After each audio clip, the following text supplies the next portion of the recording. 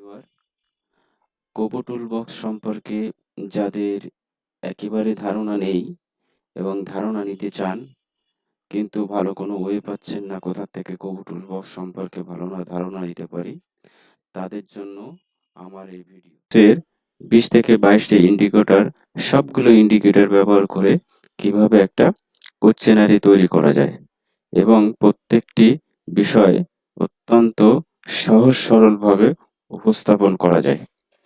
তো চলুন আমরা কোবো টুলবক্স কি আগে সেটা জেনে আসি। কোবো টুলবক্স সম্পর্কে আমরা বিভিন্ন পরীক্ষায় ভাইভা বোর্ডে কোবো টুলবক্স সম্পর্কে বিভিন্ন খুঁটিনাটি তথ্য আমাদের কাছে জিজ্ঞেস করে।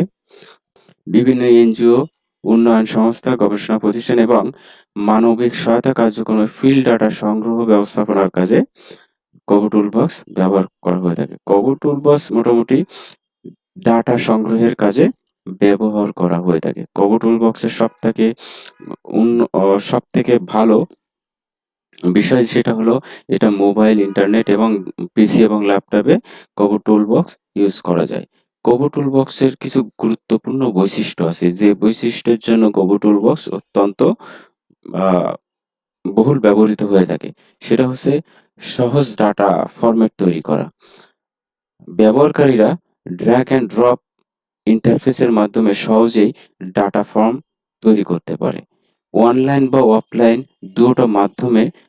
সেকেন্ড হচ্ছে অনলাইন এবং অফলাইন, আপনার ইন্টারনেট থাকুক বা না থাকুক, আপনি কোবো টুলবক্সের মাধ্যমে আপনার তথ্য সংগ্রহ করতে পারবেন।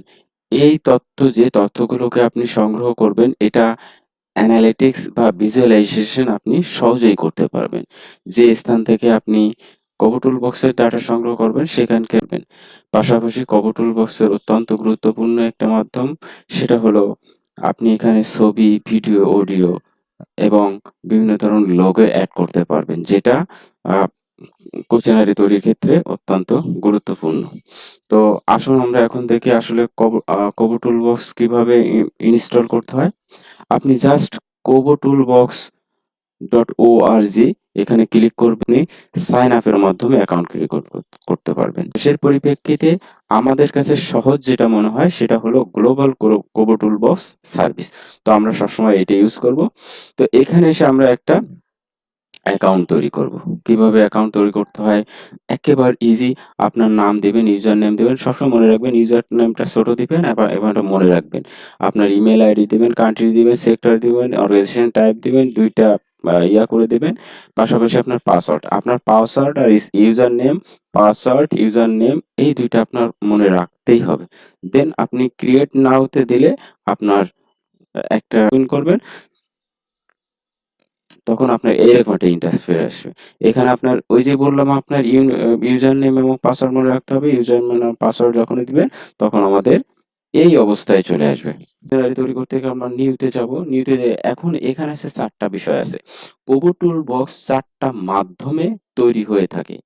যেকোনো একটা মাধ্যম আপনি ইউজ করতে পারেন, কিন্তু ২ টা মাধ্যম আমরা বাংলাদেশের ক্ষেত্রে ব্যবহার করে থাকি। একটা হলো বিল্ড ফ্রম স্ক্র্যাচ এবং আপলোড অ্যান্ড এক্সএলএস ফর্ম।